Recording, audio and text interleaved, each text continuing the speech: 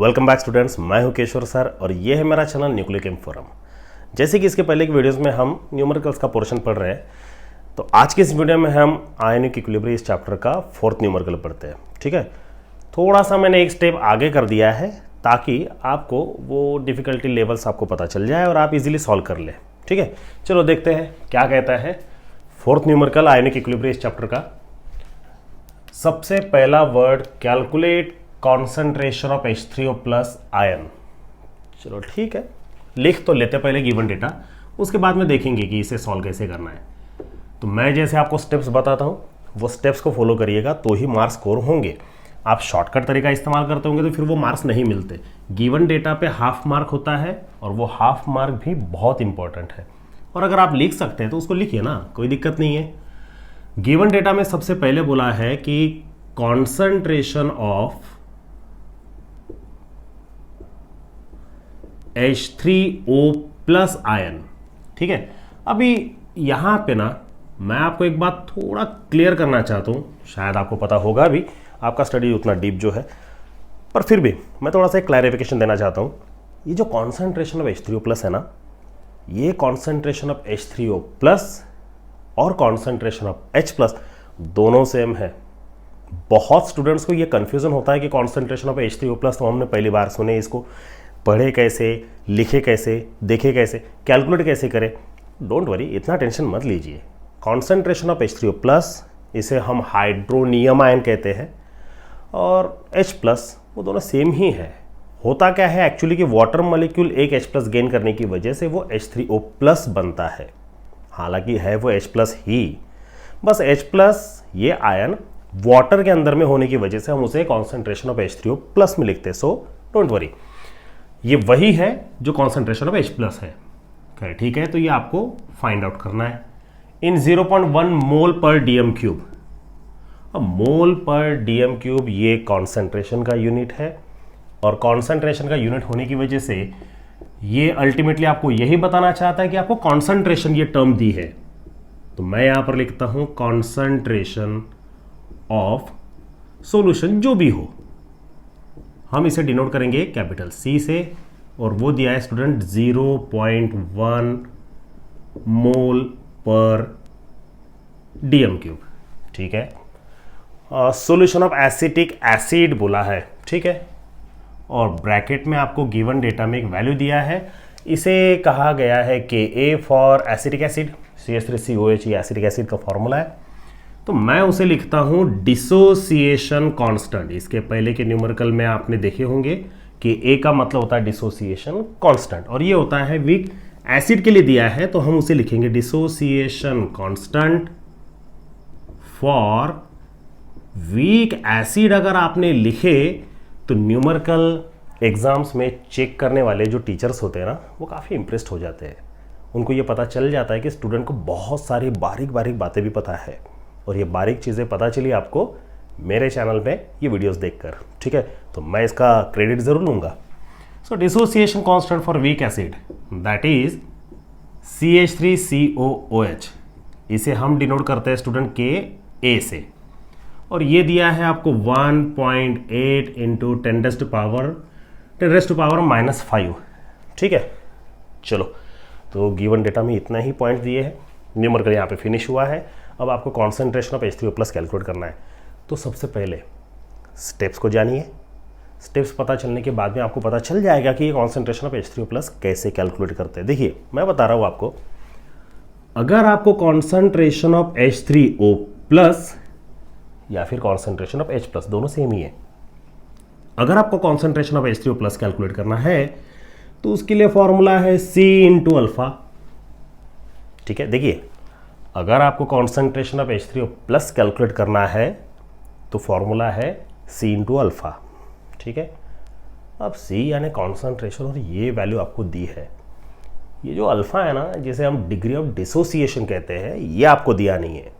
तो स्टेप्स आपको फॉलो क्या करना है, ये फॉर्मूले में कॉन्सेंट्रेशन का वैल्यू पुट करके और डिग्री ऑफ डिसोसिएशन का वैल्यू पुट करके आपको concentration of H3O plus calculate करना है। बट पूरे न्यूमेरिकल को आप पढ़िए, यहाँ पे कहीं पे भी डिग्री ऑफ डिसोसिएशन दिया नहीं है। डिग्री ऑफ डिसोसिएशन ना देने की वजह से हमारा पहला स्टेप यही होगा कि आप अल्फा कैलकुलेट करें। ठीक है, अब अल्फा कैलकुलेट करने के लिए क्या फॉर्मूला हो सकता है, तो उसके लिए गिवन डेटा में देखिए, गिवन डेटा में अल्फा कैलकुलेट करने के लिए आपके पास में के ए दिया है और कॉन्सेंट्रेशन दिया है। ठीक है, स्टेप्स को समझ रहे हैं आप। आपको अगर अल्फा कैलकुलेट करना है तो डिसोसिएशन कांस्टेंट दिया है और उसी सॉल्यूशन का कॉन्सेंट्रेशन भी दिया है। तो ये दो वैल्यू से सबसे पहले हम अल्फा कैलकुलेट करेंगे, वो अल्फा का वैल्यू यहां पुट करके concentration of H3O plus calculate करेंगे। ठीक है, तो ये मेथड रहेगी। चलो फिर वैसे ही सॉल्व करते।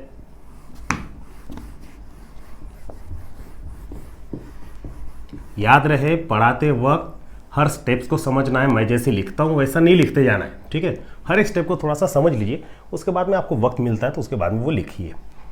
तो मैं फोर्थ पॉइंट गिवन डेटा में लिख देता हूं कि dissociation it's a degree of dissociation. It's a degree of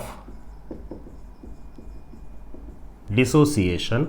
denote करते हैं हम इसे अल्फा से, ये आपको फाइंड आउट करना है। ठीक है, तो चलो पहले अल्फा फाइंड आउट करते हैं। तो अल्फा कैसे फाइंड आउट करेंगे, एज वी नो दैट। देखिए ये लिखना तो है पर सच में आपको पता होता है क्या, और ये पता होने के लिए फॉर्मूला याद होना ज़रूरी है। फिर भी हम फॉर्मेलिटी के लिए लिखते हैं उसे। बट अब फॉर्मूला क्या है, अल्फा अगर कैलकुलेट करना है तो अल्फा का फॉर्मूला है अंडर रूट ऑफ के अपॉन सी। ठीक है, मैंने सही लिखा, अंडर रूट के अपॉन सी। एक बार देख लीजिए, मैंने यहाँ पे एक छोटा सा मिस्टेक किया, उतना वो मैटर तो नहीं करेगा, बट अगर आप लिखते हैं तो वो इंप्रेशन बनता है। मैंने यहाँ पर के ए नहीं लिखा। के ए का मतलब क्या होता है, dissociation constant for weak acid, जो कि आपको दिया है गिवन डेटा में, तो क्यों ना लिख ले। ये छोटी छोटी गलतियां ना करते मत जाइए। So alpha equals to what, K A का वैल्यू पुट करिए। क्या है के ए का value, 1.8 into 10⁻⁻5 divided by concentration का वैल्यू दिया है स्टूडेंट 0.1। चलो ठीक है, वो डीएम क्यूब को वगैरह ना चेंज मत करिए, ज़रूरत नहीं है। अब सो अल्फा इक्वल्स टू, मैं थोड़ा चेंज करता हूँ यहाँ पर, क्या कि ये जो 1.8 है ना, मैं इसे लिखता हूँ 18 इंटू 10⁻⁻5 डिवाइडेड बाय 0.1। आपको पता है क्या होगा, ये होगा 10⁻⁻1।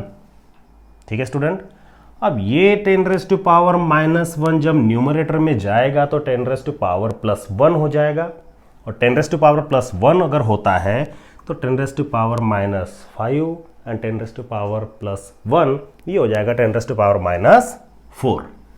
देयरफॉर अल्फा इक्वल्स टू क्या बचेगा आपके पास, under root of 18 into 10⁻⁻4।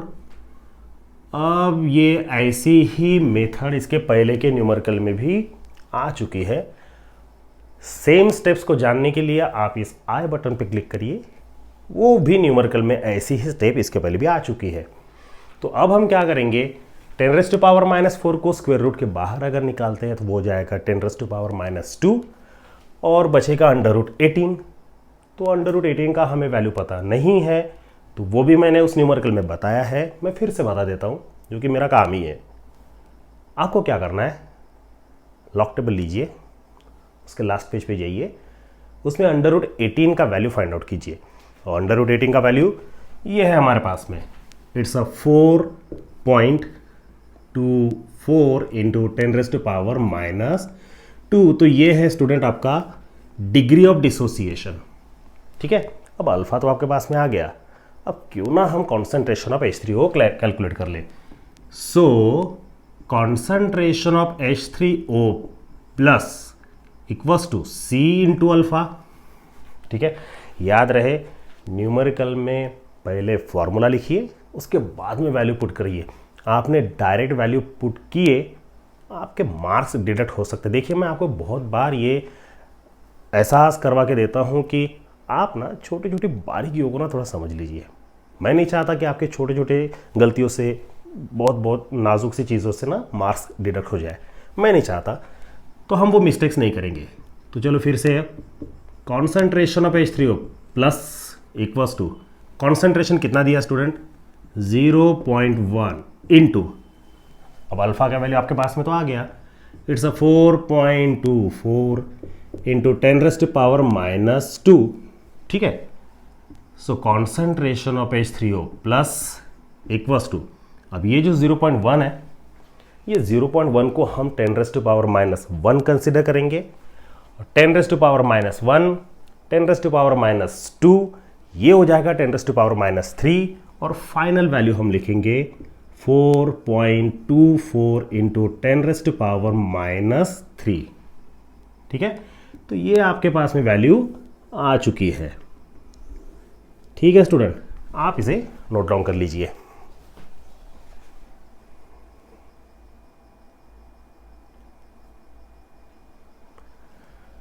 So student, आप इस वीडियो को पॉज कर लीजिए थोड़ी देर के लिए, उसके बाद में न्यूमेरिकल को काफ़ी अच्छे से नोट डाउन कर लीजिए। बल्कि मैं तो चाहूँगा कि आप ये वीडियो को पूरा कंप्लीटली देखें, उसके बाद में खुद होकर सॉल्व करने की कोशिश करिए। अगर आप किसी स्टेप में रुक जाते हैं, कुछ प्रॉब्लम्स आती है, तब जाके ये वीडियो को फिर से देखिए। मैं अपने व्यूज़ बढ़ाने के लिए नहीं बोल रहा हूँ, ध्यान रखिए, मैं आपका भला चाहता हूँ। मैं चाहता हूँ कि आपको बहुत अच्छा स्कोर हो, और हर एक आधा मार्क क्यों ना हो, हम वो छीन कर लाएंगे, ठीक है स्टूडेंट्स। तो ऐसे ही बने रहिए मेरे चैनल के साथ में। Thank you so much.